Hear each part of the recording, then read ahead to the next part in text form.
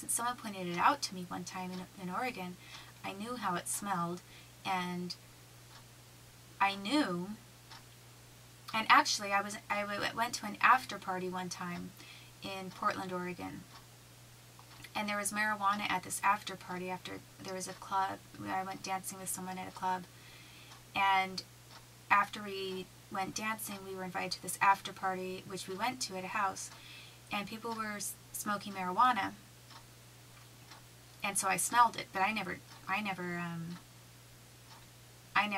smoked any, ever. And the time that I had smelled it and become very familiar with what it does smell like, that had been several months before I ended up in Washington State. So there is no possible way that just smelling marijuana smoke, being around it, could have triggered a positive THC report. And my feeling was that it was a lie, that somebody had wanted to put that into my chart and have me look like I had been taking TLC in order to cover up for the fact that this hospital and these medical doctors were defaming me as being drug using when I wasn't. And I think that it was also a likely favor to the FBI, because the FBI was possibly behind that defamation.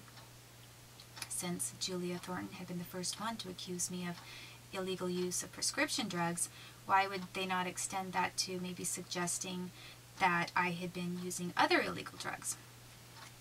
So,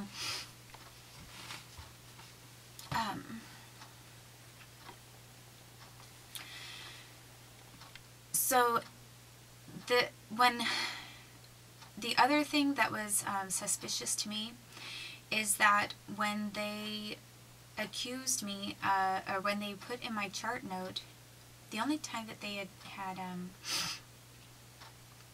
when they added this information in my chart note that I was positive for THC,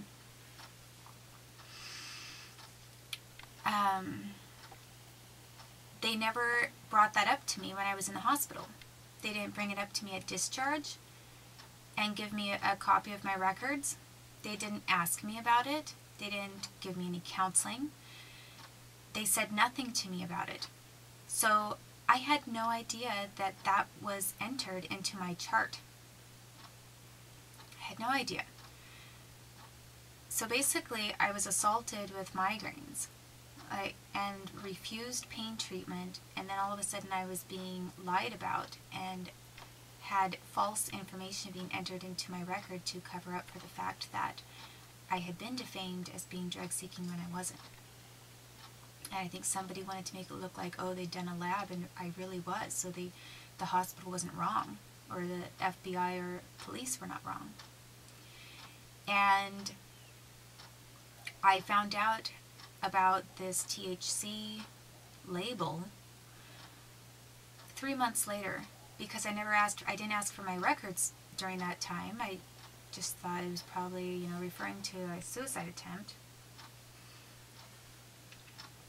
And it wasn't until I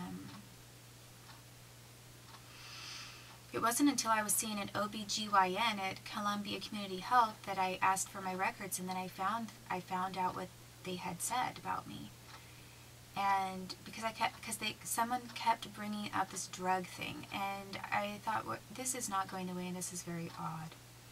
So then I got these records, and I saw that, I was shocked. And I brought it up to Dr. Butler, who was then my doctor, and he said, oh, don't worry about it. It's not a big deal. Well, it is a big deal. It's a very big deal because it portrayed me as committing crimes, because illegal drug use is a crime. And I was not a criminal. I was not committing any crimes. I was not taking any drugs. And by the time I was seeing Dr. Butler, I was pregnant. And I did not need to have some kind of accusation of a drug history in my record for any reason when it was a lie. I mean, look into my eyes. I never smoked, inhaled, drank, snorted. I never did any kind of drugs of any kind. And I was lied about in medical records. They lied about me. I had never committed any crimes of taking any kind of illegal drug. And yet I was being defamed and refused treatment for extreme pain and being called a drug user. So, there you have it. If you have any really good psychics, they probably already know that that's true. But if you want to get your polygraph people to look at this clip and read my body language and my eyes to tell if I am telling the truth or not, I am telling the truth. I don't know what else I could do to convince you that I think finally somebody did drop the idea that I was a drug user, but there was always this idea that I was. And really there's nothing that would have given me a false reading of TLC either. So I really do think that it was a lie and it was deliberately used to try to make me look bad. The only thing that would make any sense whatsoever in giving any kind of a false reading would possibly be that because I read that sometimes THC can be triggered, THC reading can be triggered by a high protein level. I think it was high protein. If your kidney or liver is not working because it's damaged in some way. And I think that that is the only possibility for having that reading, because instead of treating my migraines with painkillers that would have effectively treated the pain level or even reduced the inflammation like a Cafragot or something like that, they were giving me massive amounts of Toradol and anti-inflammatories and things that would potentially harm, I can't remember if it's the kidney or the liver, but the amount of times that they were giving me that stuff and possibly could have done some damage. And then I read that if that's damaged, it can cause some leaking of protein into your urine, and hence then you can end up with a false reading. However, I still think that even with the massive amounts of Toradol and ibuprofen that I was taking, because I was taking bottles and bottles of ibuprofen at the house because no one was treating my migraines. So I was going through like huge bottles of Advil every few weeks, trying to somehow get rid of this pain. But I still think that even because I wasn't really doing that for more than a couple of months, I still think that there's something very suspicious about that THC reading from the hospital, because they were already worried about my filing a lawsuit for defamation because I was saying they were calling me drug using and smearing me. So,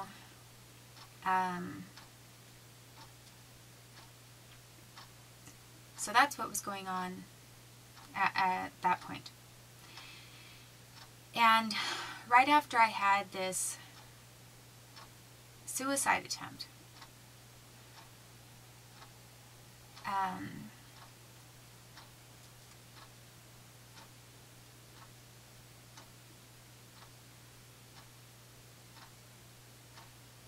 well, then I decided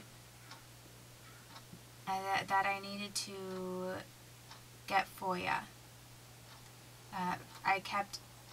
I needed to get freedom of information from, find out what the FBI had put into my, I think I was asking for that actually before the suicide attempt.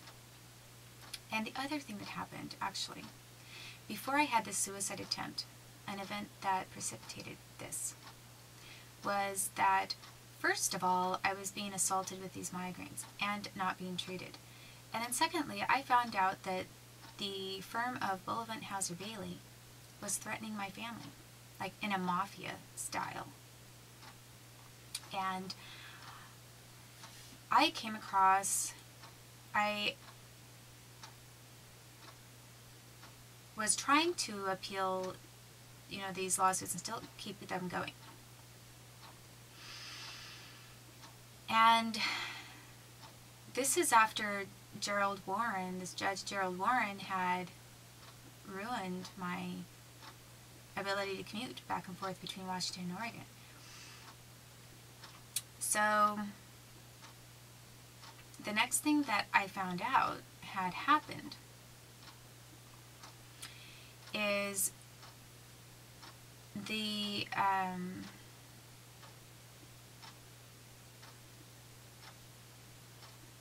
I was still trying to get discovery and communicate with these lawyers, and they thought that they could just suddenly ignore me and not respond as they were required to do by law before. I think they thought, well, she's stuck in Washington now, and that's all there is to that. So they were hoping that the Archdiocese thing was going to just fall apart for me, that lawsuit was going to come to an end as a result of my inability to go over there and file anything.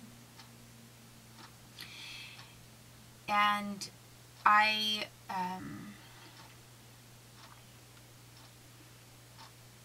basically found out, one day I was driving back to the property, or back to my grandparents' house, and at the foot of the driveway was a different relative's house. Not my grandparents, but someone else's. But it's on the same driveway. It's like, looks like the address for my grandparents. And my great uncle Jay came up to me and said,